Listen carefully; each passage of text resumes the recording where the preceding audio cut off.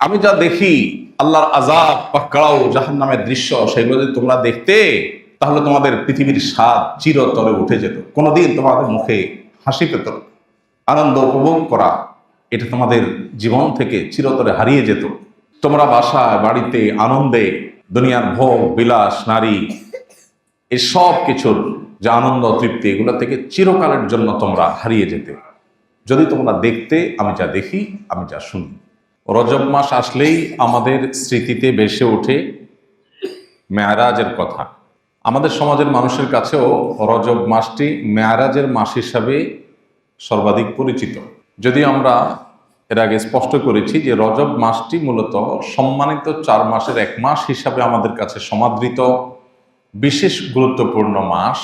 সেই সাথে অনেক ঐতিহাসিকদের মতে নবী সাল্লাল্লাহু আলাইহি ওয়াসাল্লামের জীবনের একটি অলৌকিক ঘটনা, তার জীবনে এক অলৌকিক অধ্যায় ঘটেছিল ইসরা এবং মেরাজের, সেটিও অনেক ইতিহাসবিদদের মতে এই রজব মাসে সংগঠিত হয়েছিল। তাহলে রজব মাসের তাৎপর্যের মূল এবং প্রধান যে দিকটি, সেটি হলো এটি সম্মানিত মাসের একটি।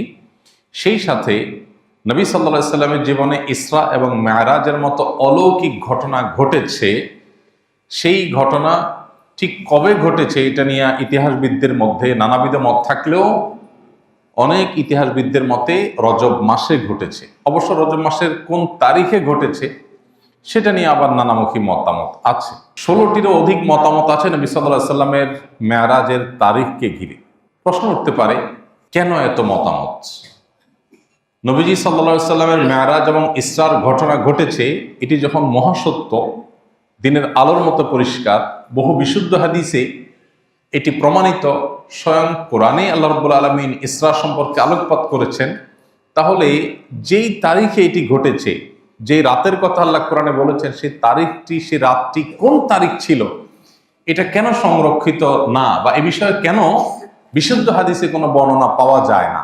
ইতিহাসবিদরা বিভিন্নভাবে তারা ধারণা করে, বিভিন্ন ক্লু থেকে তারা নানাবিধ তারিখের কথা বলছেন। কেন?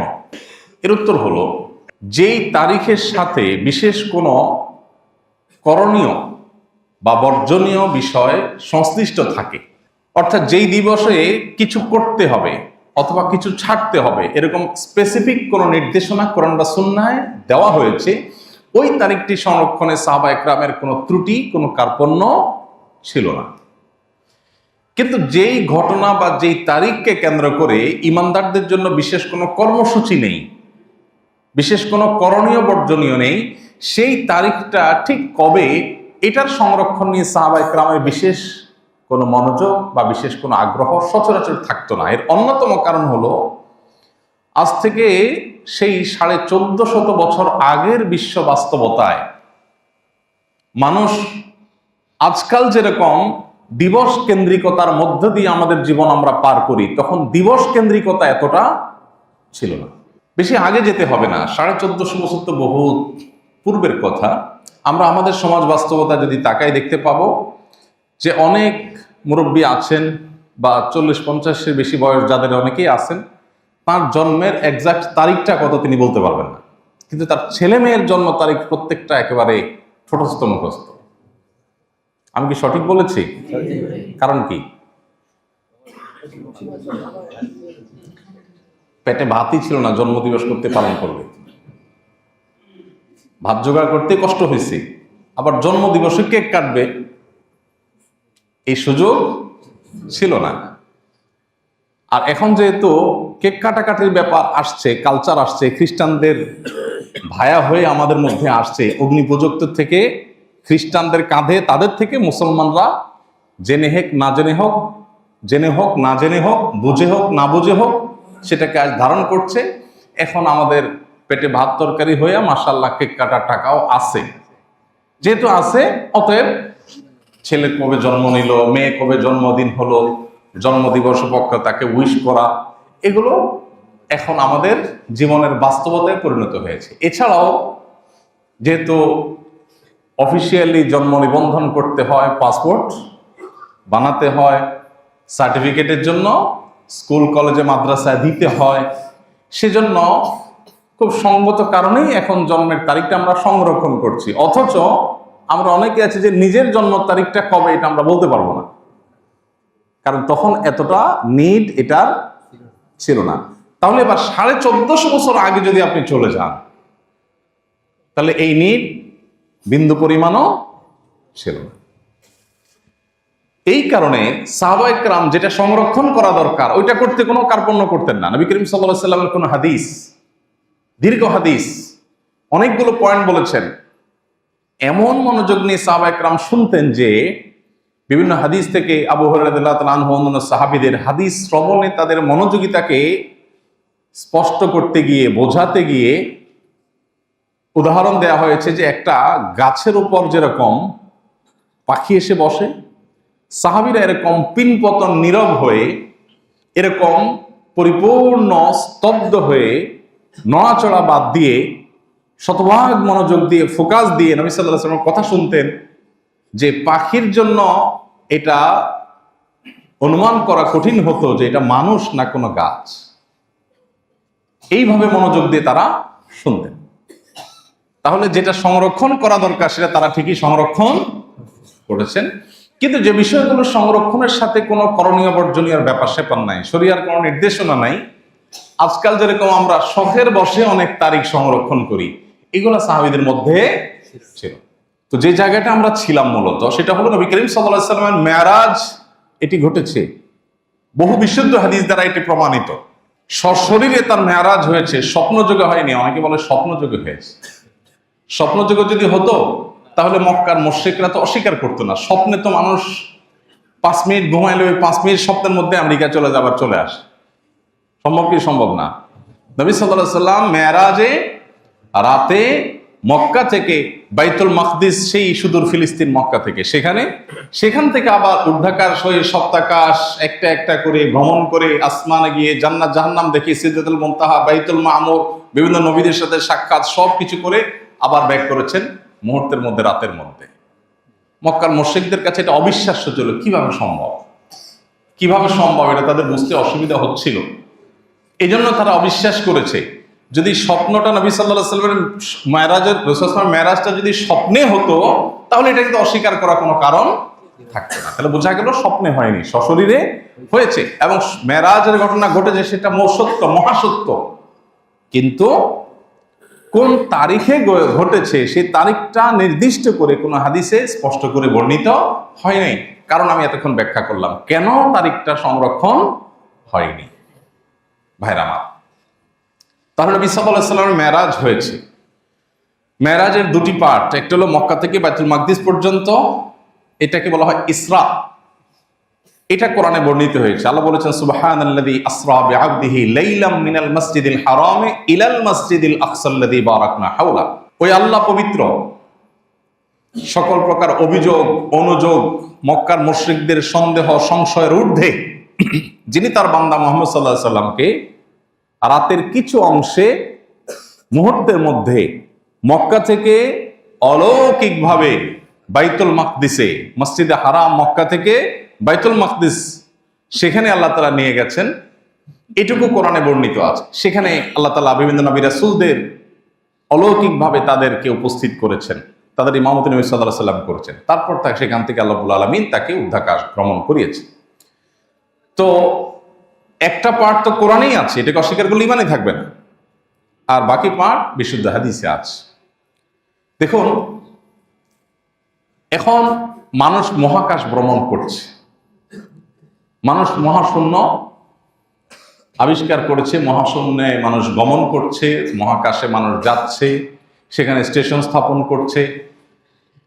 এই জিনিসগুলো আজ থেকে 1450 বছর আগের পৃথিবীর মানুষ কখনো কল্পনাও করেন। তখনকার মানুষকে যদি বলা হতো যে মানুষ চাঁদে যাবে, সবাই পাগল বলতো না? নবী করিম সাল্লাল্লাহু আলাইহি সাল্লামকে যে আল্লাহ তাআলা ঊর্ধ্বাকাশে নিয়ে গেছেন, মানুষ আল্লাহর সৃষ্টি, তার ব্রেইন, বুদ্ধি, মেধা দিয়ে যদি মানুষ মহাকাশে যেতে পারে, আরো 1000 বছর 2000 বছর পরের পৃথিবীতে মানুষ না জানি আরো কোথায় যায়, তাহলে এই মানুষের মেধার, ব্রেইনের সৃষ্টিকর্তা আল্লাহ তাআলা তার রাসূলকে মুহূর্তের মধ্যে সব কিছু করে তারপরে আবার দুনিয়াতে পাঠানো কি সম্ভব না অসম্ভব? মানে এটা যে সম্ভব সেটা মানতে কি খুব জোর করে মানাইতে হয়? আজকে বিজ্ঞান যেটা পেরেছে, সম্ভব করে দিয়েছে, এটা দেখে বিজ্ঞানের সৃষ্টিকর্তা আল্লাহ তাআলা কি পারেন, তার কাছে কোনো সীমাবদ্ধতা বলতে যে কিছু নাই, সে বিষয়ে বোঝার জন্য আলহামদুলিল্লাহ আল্লাহ তাআলার দেওয়া কমন সেন্স আর সুস্থ মস্তিষ্কই যথেষ্ট। এরপরও যদি 2024-25 পৃথিবীতে এসেও যদি আমরা কেউ ইমানদার না হই, আমরা যদি কেউ ইমান আনয়ন করতে না পারি, আমাদের ইমান যদি সুদৃঢ় না হয়, আল্লাহর প্রতি অগাধ বিশ্বাস যদি না হয়, তাহলে এটা আমাদের দুর্বলতা, এটা আমাদের দুর্ভাগ্য, এটা আমাদের দুর্বলতা এবং ত্রুটি। এই জন্য আল্লাহ তাআলা ইসরার ঘটনা বলতে গিয়ে শুরুতে বলেছেন সুবহানাল্লাযী আসরা, যে আল্লাহ তাআলা রাত্রিকাল এই অলৌকিক ঘটনা ঘটিয়েছেন। তোমরা যে সন্দেহ সংশয় করছো মক্কার মুশরিকেরা, এগুলো থেকে আল্লাহ অনেক ঊর্ধ্বে, তোমরা চিন্তাও করতে পারো না। এগুলো আল্লাহর জন্য কোনো ইস্যুই না, কোনো ব্যাপারই না।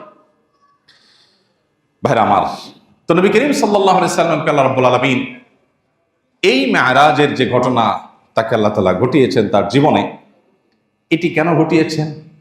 এর একটি কারণ, অনেক কারণের ভিতরে একটি কারণ হলো, আমরা জানি নবী করিম সাল্লাল্লাহু আলাইহি ওয়াসাল্লামের জীবনে একটি বছর ছিল খুব কষ্টের বছর, যে বছরকে বলা হয় আমাল হুজন, পেরেশানির বছর, কষ্টের বছর।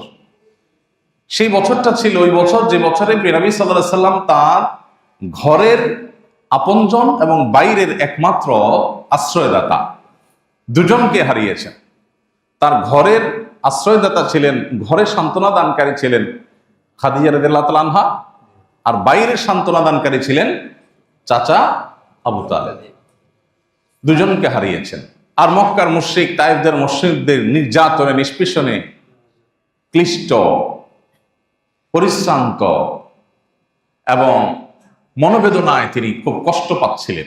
তার জীবনের সবচেয়ে কষ্টের বছরে আল্লাহ রাব্বুল আলামিন তাকে সান্ত্বনা দেবার জন্য, তার মনোবেদনা দূর করবার জন্য আল্লাহ তাআলা তাকে কাছে ডেকে নিয়ে গেছেন, জান্নাত দেখিয়েছেন।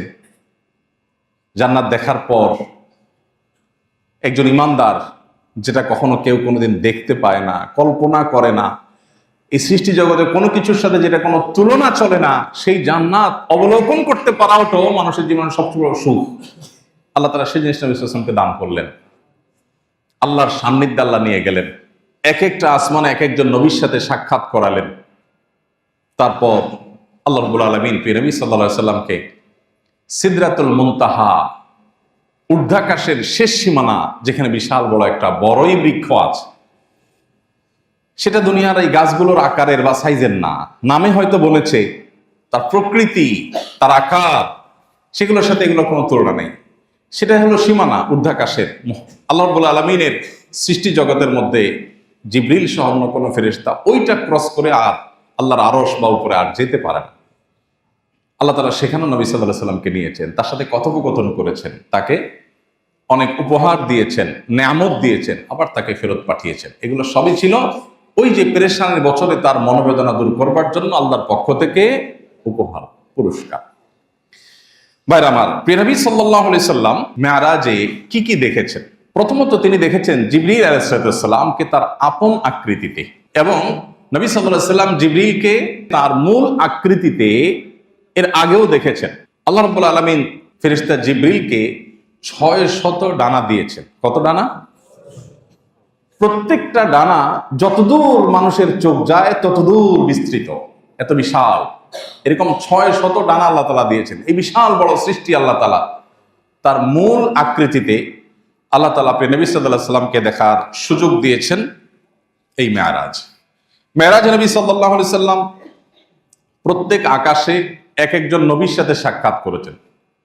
যত নবী রাসূল তার আগে পৃথিবী থেকে গত হয়েছেন, আল্লাহ তাআলা তাদেরকে বিভিন্ন আকাশে উপস্থিত রেখেছেন। সেটা কি তাদের রূহের কোনো বিশেষ উপস্থিতি, না দেহ সহ রূহের কমপ্লিট উপস্থিতি, তার ধরন প্রকৃতি কি, সেটা আল্লাহ তাআলা ভালো জানেন। হাদিস থেকে শুধু আমরা এটুকু জানি যে নবী করিম সাল্লাল্লাহু আলাইহি সাল্লাম সপ্তাকাশের প্রত্যেকটি আকাশে এক বা একাধিক নবী বা রাসূলের সাথে সাক্ষাৎ করেছেন। যেমন প্রথম আকাশ যেটি, এটিতে নবী সাল্লাল্লাহু আলাইহি সাল্লাম সাক্ষাৎ করেছেন আদম আলাইহিস সালামের সাথে, আদি পিতা। দ্বিতীয় আকাশে নবী সাল্লাল্লাহু আলাইহি সাল্লাম সাক্ষাৎ করেছেন আল্লাহ নবী ঈসা আলাইহিস সালামের সাথে। তৃতীয় আকাশে নবী সাল্লাল্লাহু আলাইহি সাল্লাম সাক্ষাৎ করেছেন আরেক নবী আল্লাহ তাআলা ইউসুফ আলাইহিস সালামের সাথে। চতুর্থ আকাশে নবী করিম সাল্লাল্লাহু আলাইহি সাল্লাম সাক্ষাৎ করেছেন আল্লাহ নবী ইদ্রিস আলাইহিস সালামের সাথে। পঞ্চম আকাশে নবী করিম সাল্লাল্লাহু আলাইহি সাল্লাম সাক্ষাৎ করেছেন আল্লাহ নবী হারুন আলাইহিস সালামের কাছে সাথে। আর ষষ্ঠ আকাশে নবী সাল্লাল্লাহু আলাইহি সাল্লাম সাক্ষাৎ করেছেন মূসা আলাইহিস সালামের সাথে। এবং সপ্তাকাশে নবী সাল্লাল্লাহু আলাইহি সাল্লাম সাক্ষাৎ করেছেন ইব্রাহিম আলাইহিস সালামের সাথে। তাহলে আদম আলাইহিস সালাম, ঈসা আলাইহিস সালাম, ইউসুফ আলাইহিস সালাম, ইদ্রিস আলাইহিস সালাম, হারুন আলাইহিস সালাম, মূসা আলাইহিস সালাম এবং ইব্রাহিম আলাইহিস সালাম। সাত আকাশে সাতজন বড় এবং বিশিষ্ট নবী রাসূলদের সাথে নবী সাল্লাল্লাহু আলাইহি সাল্লাম সাক্ষাৎ করেছেন। এই সাক্ষাতে তাদের সাথে মত বিনিময়ের, তাদের সাথে কুশল বিনিময়ের, তাদের কাছ থেকে দোয়া লাভ করার নানাবিধ সৌভাগ্যে নবী সাল্লাল্লাহু আলাইহি সাল্লামকে আল্লাহ তাআলা ধন্য করেছেন। তৃতীয়ত নবী সাল্লাল্লাহু আলাইহি সাল্লাম এই মেরাজে হাউজে কাউসার যেটি আল্লাহ তাআলা তাকে দান করবেন কিয়ামতে, তার সুন্নাহর অনুসারী যারা বিদআত এবং শিরক থেকে যারা বেঁচে থাকেন সেই ঈমানদারদেরকে নবী সাল্লাল্লাহু আলাইহি সাল্লাম যে হাউজ থেকে নিজে হাতে পান করাবেন, যে হাউজে কাউসারের অগণিত পান করার বিশাল ব্যবস্থাপনা থাকবে। সকল ঈমানদারদেরকে আল্লাহ তাআলা সেখান থেকে, নবী সাল্লাল্লাহু আলাইহি ওয়াসাল্লামের সুন্নাহর অনুসারীদেরকে আল্লাহ তাআলা সেখান থেকে পানি পান করাবেন। যে সে পানি পান করবে লা ইয়াজমাউ আবাদা, জান্নাতে প্রবেশের আগ পর্যন্ত তার আর কখনো পিপাসা পাবে না। অথচ কিয়ামতে সূর্য মানুষের খুবই নিকট অবস্থান করবে, যার কারণে পিপাসায় মানুষ পাগল পড়া থাকবে, কিন্তু মৃত্যু আসবে না। ওই সময়টাতে আল্লাহ তাআলা যে হাউজে কাউসার দান করবেন, নবীজিকে মেরাজে সে হাউজে কাউসার তাকে দেখিয়েছেন। এটা অনেক বড় সৌভাগ্য এবং নেয়ামত ছিল তার জন্য। 4 নম্বর যে জিনিসটি দেখেছেন তা হলো জান্নাতের কিছু দৃশ্য, জাহান্নামের কিছু দৃশ্য আল্লাহ তাআলা তাকে দেখিয়েছেন। কি হতে পারে? এখন প্রশ্ন উঠতে পারে, জান্নাত জাহান্নাম কি অলরেডি সৃষ্ট? উত্তর হলো হ্যাঁ। এটাই আহলে সুন্নাহ ওয়াল জামাআর আকীদা। কোরআন এবং সুন্নাহ এটাই বলে যে জান্নাত এবং জাহান্নামকে আল্লাহ তাআলা সৃষ্টি করেছেন, ইতিমধ্যে সেটা সৃষ্টি হয়ে আছে। নবী করিম সাল্লাল্লাহু আলাইহি সাল্লামকে আল্লাহ রাব্বুল আলামিন সে জান্নাতের কিছু দৃশ্য, আবু হুরায়রা রাদিয়াল্লাহু তাআলা আনহুর পায়ের আওয়াজ জান্নাতে শুনতে পাওয়া, বিশিষ্ট সাহাবীদের অনেকের ফজিলত মর্যাদা, জান্নাতে আগে আগে থাকতে পারা, তাদের সৌভাগ্য, তাদের মর্যাদার কারণগুলো উদ্ঘাটন করতে পারা, জান্নাতীয় কিছু নেয়ামত আল্লাহ সুবহানাহু ওয়া তাআলা তাকে দেখিয়েছেন। সেই সাথে জাহান্নামের কিছু করুণ দৃশ্য মানব জাতিকে, আদম সন্তানকে, ঈমানদারদেরকে সতর্ক করার জন্য আল্লাহ তাআলা দেখিয়েছেন। 5 নম্বর, নবী সাল্লাল্লাহু আলাইহি সাল্লাম সাক্ষাৎ করেছেন জাহান্নামের যে প্রহরী মালিক নামক ফেরেশতা, তার সাথে। তিনি ছাড়াও অন্যান্য অনেক ফেরেশতার সাথে নবী সাল্লাল্লাহু আলাইহি সাল্লামকে আল্লাহ তাআলা সাক্ষাৎ ঘটিয়েছেন মেরাজের মাধ্যমে। এবং 6 নম্বরে নবী সাল্লাল্লাহু আলাইহি সাল্লাম এই সফরে বাইতুল মামুর ভিজিট করেছেন। বাইতুল মামুর হলো ঊর্ধ্বাকাশে একটি মসজিদ। যেই বাইতুল মামুর, এটা আল্লাহ রাব্বুল আলামিন মক্কার কাবার ঠিক বরাবর আল্লাহ তাআলা যার অবস্থান রেখেছেন।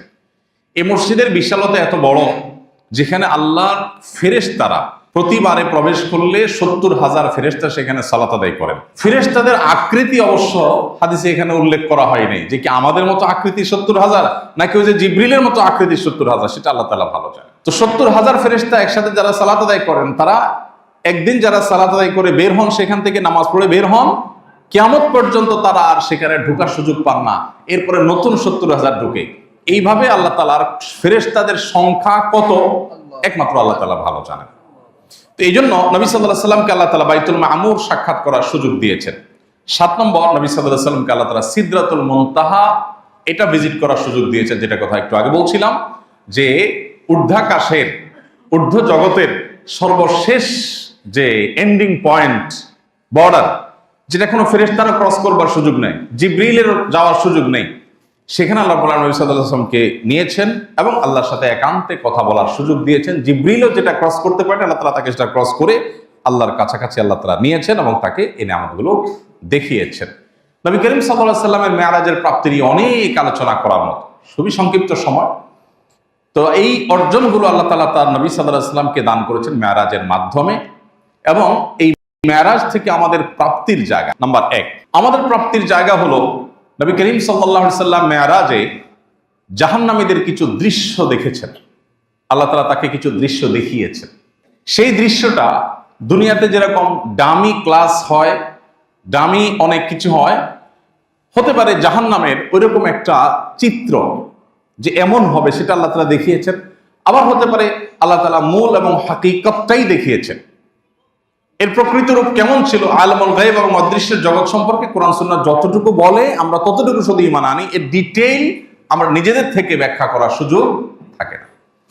তো নবী সাল্লাল্লাহু আলাইহি সাল্লাম জাহান্নামে যা দেখেছেন সেখান থেকে আমাদের শিক্ষা গ্রহণ করবার সুযোগ আছে। যেমন মেরাজে আল্লাহর হাবিব সাল্লাল্লাহু আলাইহি সাল্লাম যখন ফেরেশতার সাথে জাহান্নামের বিভিন্ন দৃশ্য দেখছেন, এর মধ্যে একটা দৃশ্য হলো যে তিনি দেখতে পাচ্ছিলেন যে কিছু মানুষ তারা তাদের হাতে যে নখগুলো, এই নখগুলো সাধারণ আমাদের দুনিয়াতে যেরকম নখ থাকে এরকম পাতলা বা এতটা সাধারণ পর্যায়ের নখ না, সে নখগুলো দেখতে পাচ্ছেন জাহান্নামে কিছু লোক তাদের নখগুলো হলো সবগুলো পিতলের, খুব শক্তিশালী, খুব ধারালো, ভয়ঙ্কর। এগুলো দিয়ে তারা তাদের চেহারা এবং বুককে তারা ছিঁড়ে ফেলছে, রক্তাক্ত করে ফেলছে। এটা অটোমেটিক, এটা সুস্থ স্বাভাবিক মানুষ তো নিজের চেহারা নিজের বুক আশ্রাবে না, কিন্তু এমনভাবে আল্লাহ তাআলা তাদের শাস্তি দিচ্ছেন যে তাদের এই হাত দিয়ে তাদের মুখ এবং বুককে তারা ছিঁড়ে ফেলছে, আবার সেটা স্বাভাবিক হচ্ছে, আবার ছিঁড়ে ফেলছে। এইভাবে এই শাস্তির মধ্যে তারা ডুবে আছে, এটা অটো হয়ে গেছে, আল্লাহ তাআলা ওইভাবে সেট করে ফেলেছেন তার জন্য। এই শাস্তি তাদের চলছে। নবী সাল্লাল্লাহু আলাইহি সাল্লাম সেখানে থামলেন, ফেরেশতাকে জিজ্ঞাসা করলেন, এই করুণ পরিণতি যাদের হচ্ছে এরা কারা, কি অপরাধে তাদের এই শাস্তি হচ্ছে? তখন নবী সাল্লাল্লাহু আলাইহি সাল্লামকে ফেরেশতারা জানালেন, এরা হলেন সেই সকল মানুষ যারা পৃথিবীতে মানুষের চরিত্র হনন করত, মানুষের অগোচরে মানুষকে নিয়ে সমালোচনা করে মজা পেত, গীবত শিকায়েত করত, মানুষের সম্মান হানি করত, মর্যাদা নষ্ট করত, মানুষকে অপমান অপদস্থ করত, মিথ্যা মানুষের বিরুদ্ধে নানাবিধ কথা তারা রটাতো, এগুলোতে তারা এনজয় করত, মজা পেত। আজ আল্লাহর তরফ থেকে তাদের জন্য এই শাস্তি, এবং এই শাস্তি তাদের জন্য চলমান থাকবে। এরপর নবী করিম সাল্লাল্লাহু আলাইহি সাল্লাম আরেকটা দৃশ্য দেখলেন, সেটা হলো কিছু লোক তাদের ঠোঁট কাটা হচ্ছে আগুনের কেচি দিয়ে, একটা কেচি আগুনের, সেই কেচি দিয়ে ঠোঁট কাটা হচ্ছে, কেটে ফেলা হচ্ছে, কষ্টে চিৎকার চেঁচামেচি, আবার সেটা জোড়া লেগে যাচ্ছে, আবার কাটা হচ্ছে, এভাবে অনবরত এই শাস্তির মধ্যে তারা নিপতিত। নবী করিম সাল্লাল্লাহু আলাইহি সাল্লাম জিজ্ঞাসা করলেন ফেরেশতাকে যে এরা কারা? তখন ফেরেশতা বললেন, এরা হলো সেই সকল মানুষেরা যারা পৃথিবীতে মানুষকে অনেক লম্বা লম্বা নসিহত করত, উপদেশ দিত, মানুষকে কোরআন এবং হাদিসের কথা বলে সতর্ক করত, মানুষকে আল্লাহ ভীতি সৃষ্টি করার জন্য বলতো, কিন্তু তারা নিজেরা সেটার উপর আমল করত। আল্লাহ তাআলা আমাদেরকে জাহান্নামের আযাব থেকে রক্ষা পাওয়ার তৌফিক দান করুন। ইয়াকুলুনা মা লা ইয়াফআলুন, তারা বলার সময় মানুষকে অনেক কথা বলে, নিজে আমল করেন। এই রোগ আমাদের অনেকের মধ্যেই আছে। এই রোগের সবচেয়ে বড় কাস্টমার বা এই রোগের সবচেয়ে বড় আতঙ্কের জায়গা রোগী হলেন আলেম ওলামারা, হাফেজরা, কারি সাহেবরা। আর আমরা যারা সাধারণ মানুষ আছি, আমরাও মানুষকে যে কথা বলি সেটা নিজে আমরা আমল করি না। আল্লাহ বলেছেন, আতা'মুরুনা আন-নাসা বিল বিররি ওয়া তানসাউনা আনফুসাকুম, মানুষকে ভালো কাজের কথা বলো আর নিজেকে ভুলে যাও, নিজে সে কাজটা করো না। এর ভয়ঙ্কর শাস্তি। সাল্লাল্লাহু আলাইহি সাল্লাম এই দৃশ্য দেখেছেন যে কিছু মানুষ আল্লাহর কিতাব তারা পড়ে কিন্তু আমল করে না, মানুষকে বলে নিজেরা আমল করে না। আল্লাহ তাআলা সেই দুর্ভাগ্য মানুষদের কাতারে যেন আমাদেরকে শামিল না করেন। আল্লাহ যেন আমাদেরকে সেখান থেকে আল্লাহ তাআলা হেফাজতে রাখেন, আপন অনুগ্রহে যেন আল্লাহ তাআলা আমাদেরকে জাহান্নামের আযাব থেকে রক্ষা করেন। এরপর নবী করিম সাল্লাল্লাহু আলাইহি সাল্লাম আরেকটা দৃশ্য দেখতে পেলেন, সেটি হলো কিছু লোক তারা জাহান্নামে রক্তের সমুদ্রে তারা হাবুডুবু খাচ্ছে, আর একটা পার্ট থেকে একজন ফেরেশতা আল্লাহ নিয়োজিত ফেরেশতা পাথর নিক্ষেপ করছে। এই পাথরগুলো নিক্ষেপ করে করে যখনই তারা কাছে আসতে চাচ্ছে, আবার পাথর নিক্ষেপ করে তাদেরকে দূরে সরাই দেওয়া হচ্ছে। এভাবে তাদের শাস্তি চলছে যে রক্তের সমুদ্রে তারা হাবুডুবু খাচ্ছে, আর পাথরের আঘাতে তারা রক্ত রঞ্জিত হচ্ছে, কষ্ট পেয়ে যাচ্ছে, কিন্তু তাদের মৃত্যু আসছে না। এইরকম পরিস্থিতিতে এই মানুষগুলোর যখন শাস্তি হচ্ছে, নবী করিম সাল্লাল্লাহু আলাইহি সাল্লাম সেটা দেখে ফেরেশতাদের জিজ্ঞাসা করলেন, এরা কারা? তখন ফেরেশতারা বললেন, এরা হলো সেই লোক যারা পৃথিবীতে সুদের কারবার করত, তাদের বুক কাঁপতো না। আল্লাহ তাআলা যেটাকে এত জঘন্য হারাম ঘোষণা করেছেন সেটা তারা অবলীলায় করত। এই সুদখোরদেরকে, সুদের কারবার যারা করেছে তাদেরকে এভাবে শাস্তি দেওয়া হচ্ছে। এভাবে নবী করিম সাল্লাল্লাহু আলাইহি ওয়াসাল্লাম মেরাজে জাহান্নামীদের বিভিন্ন দৃশ্য এবং চিত্র তিনি দেখেছেন। তাকে অবলোকন করবার সুযোগ আল্লাহ তাআলা দিয়েছেন যেন তিনি আমাদেরকে সতর্ক করেন। তিনি সতর্ক হন। তিনি এই জন্য বলেছেন, ইন্নী আরা মা লা তারাউন আসমাউ মা লা তাসমাউন। আমি যা দেখি তোমরা তা দেখো না, আমি যা শুনি বা শুনেছি তোমরা তা শোনো না। আমি যা দেখি আল্লাহর আযাব পাকড়াও জাহান্নামের দৃশ্য, সেগুলো যদি তোমরা দেখতে তাহলে তোমাদের পৃথিবীর স্বাদ চিরতরে উঠে যেত। কোনোদিন তোমাদের মুখে হাসি পেত, আনন্দ উপভোগ করা এটা তোমাদের জীবন থেকে চিরতরে হারিয়ে যেত। তোমরা বাসায় বাড়িতে আনন্দে দুনিয়ার ভোগ বিলাস নারী এসব কিছুর যে আনন্দ তৃপ্তি এগুলো থেকে চিরকালের জন্য তোমরা হারিয়ে যেতে যদি তোমরা দেখতে আমি যা দেখি, আমি যা শুনি। আল্লাহ তাআলা আমাদেরকে শিক্ষা গ্রহণ করবার তৌফিক নসিব করুন। নবী করিম সাল্লাল্লাহু আলাইহি সাল্লামকে মেরাজে আল্লাহ রাব্বুল আলামিন আরো অনেক জিনিস দিয়েছেন যেগুলো সংক্ষিপ্ত সমালোচনা করা সম্ভব নয়। 5 ওয়াক্ত নামাজ আমরা জানি মেরাজ থেকে তিনি পেয়েছেন। তার আগ পর্যন্ত 5 ওয়াক্ত নামাজের বিধান এই উম্মতের জন্য ছিল না। আল্লাহ তাআলা নবী সাল্লাল্লাহু আলাইহি সাল্লামের সাথে একান্ত আলাপচারিতার পর তাকে 5 ওয়াক্ত নামাজ দিয়েছেন। তবে প্রথমত এটি 50 ওয়াক্ত ছিল। 50 ওয়াক্ত নামাজ দিয়ে যখন পাঠালেন, তিনি ফিরে এসেছেন। মুসা আলাইহিস সালামের সাথে সাক্ষাৎ হলো। যখন ফিরে আসছেন, মুসা আলাইহিস সালাম বললেন, 50 ওয়াক্ত নামাজ আপনার উম্মতের জন্য কঠিন হয়ে যাবে, তারা পারবে না। দিনে 50 ওয়াক্ত নামাজ পড়তে গেলে তারা কিছু করতে পারবে না। আল্লাহর এই কঠিন এই নির্দেশ মানাটা তাদের জন্য কঠিন হয়ে যাবে। এরা দুনিয়ার প্রতি অনেক আকৃষ্ট হবে, অনেক কাজে ব্যস্ত হয়ে যাবে। আপনি আল্লাহর কাছে যান, কমায় নেন। নবীজি আল্লাহর কাছে ফেরত আসলেন, বলেন, আল্লাহ আমার উম্মতের জন্য এটা কষ্ট হয়ে যাবে, আপনি আর একটু কমায় দেন দায়িত্ব। 45 ওয়াক্ত দেওয়া হলো। এভাবে কয়েক দফা গিয়ে কমাতে কমাতে 5 ওয়াক্ত পর্যন্ত আসার পর নবী সাল্লাল্লাহু আলাইহি সাল্লাম সেটা নিয়ে আসলেন। আল্লাহ রাব্বুল আলামিন নবী সাল্লাল্লাহু আলাইহি সাল্লামকে সুসংবাদ দিয়েছেন যে 50 ওয়াক্ত নামাজ দিয়ে আপনার উম্মতকে যে এর বিনিময় আমি দিতাম, 50 ওয়াক্তের জায়গায় 5 ওয়াক্ত করে দেওয়া হলেও তাদের সুবিধার্থে এই 5 ওয়াক্তই যদি ঠিক মতো তারা আদায় করে তাহলে 50 ওয়াক্তের যে বিনিময় এটা তাদেরকে দেওয়া হবে।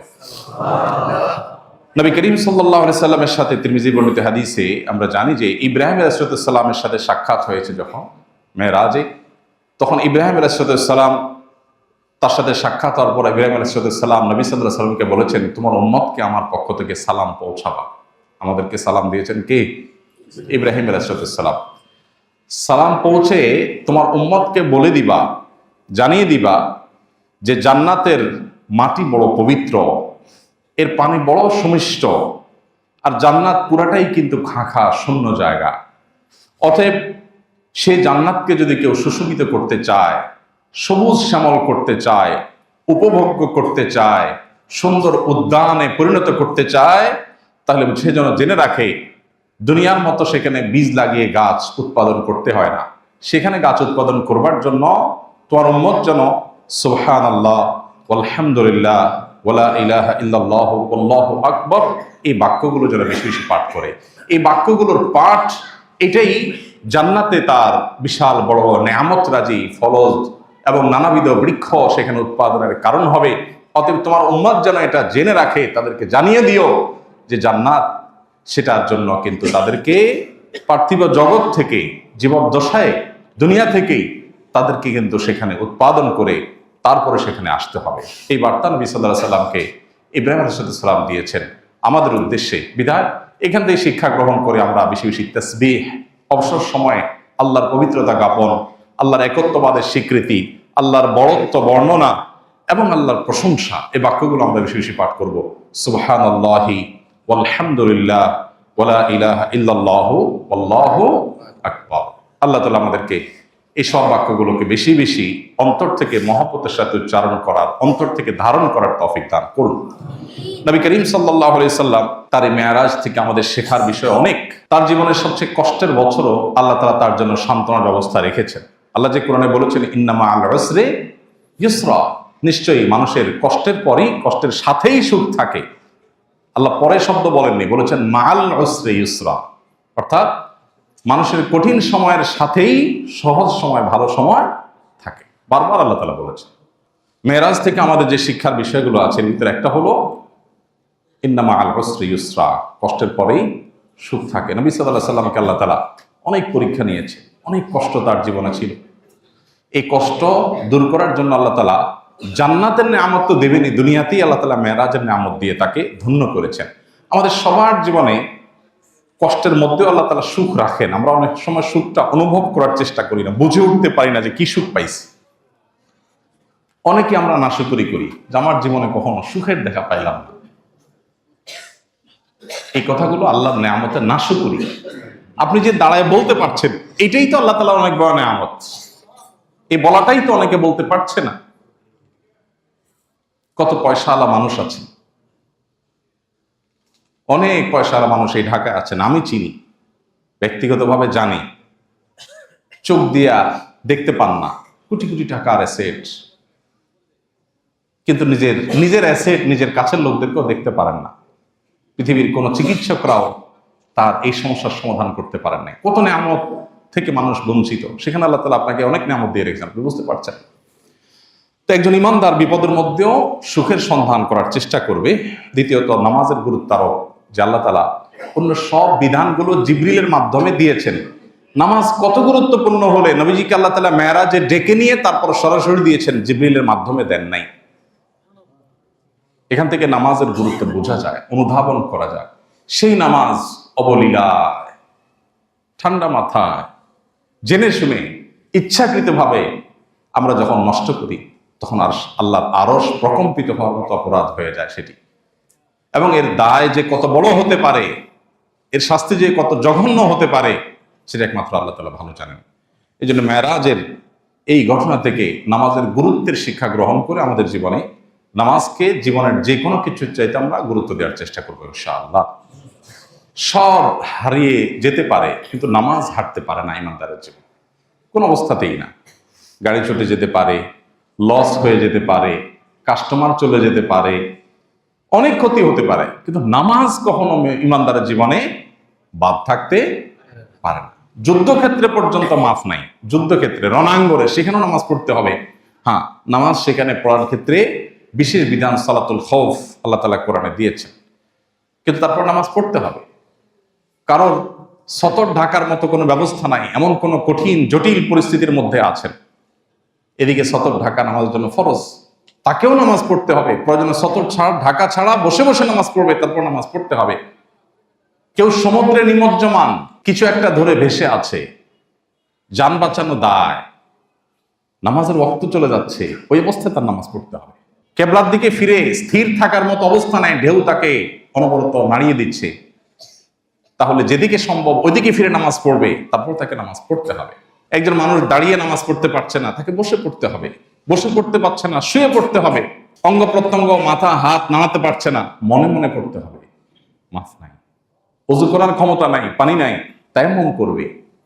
মাটিতে থাকুক আর আকাশে বিমানে থাকুক, রেলে থাকুক আর বাসে থাকুক, নামাজ কখনো মাফ নেই।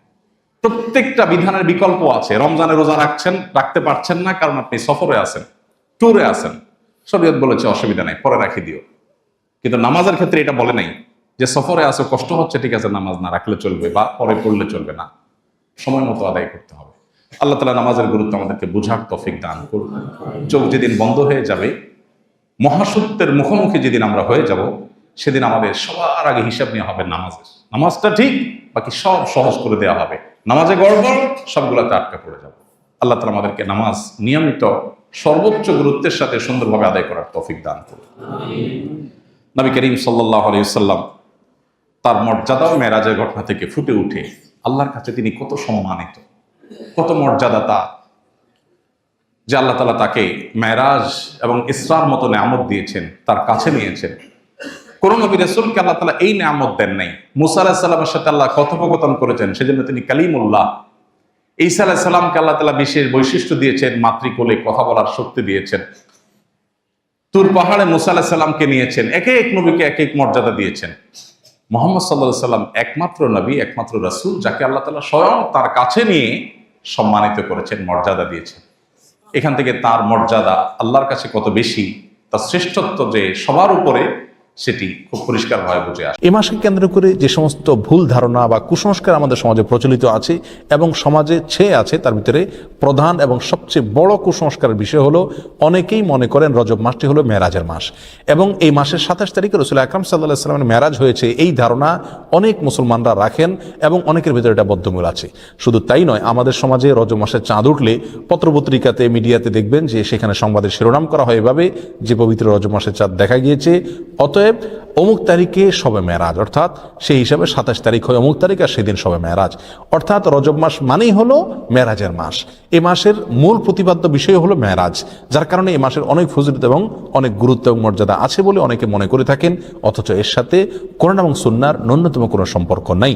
হাদিস শাস্ত্রের ইতিহাসে সবচেয়ে বড় মাপের হাদিস বিশারদদের একজন হলেন হাফেজ ইবনে হাজার আল আসকালানি রাহিমাহুল্লাহ।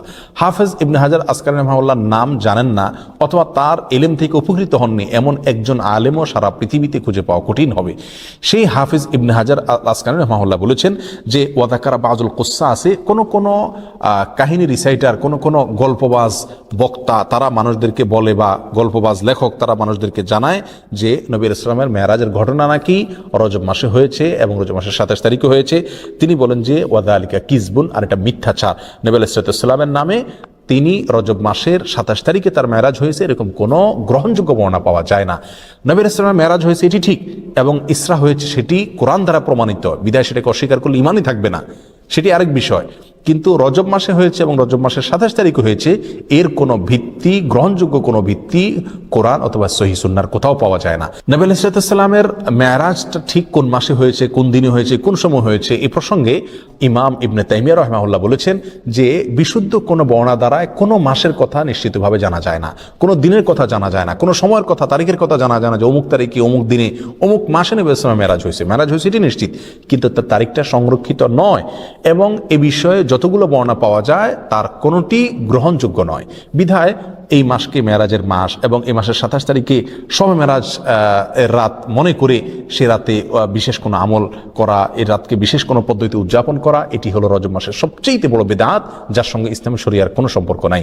সম্মানিত ভাই বন্ধুগণ, আমরা সেই আমলটাই করব সওয়াবের উদ্দেশ্যে, যে আমলটি কোরআনে অথবা নবী আলাইহিস সালামের হাদিসে বর্ণিত হয়েছে। এর বাইরে কোনো কিছু যদি আমরা করি সেটার নাম বিদআত হবে।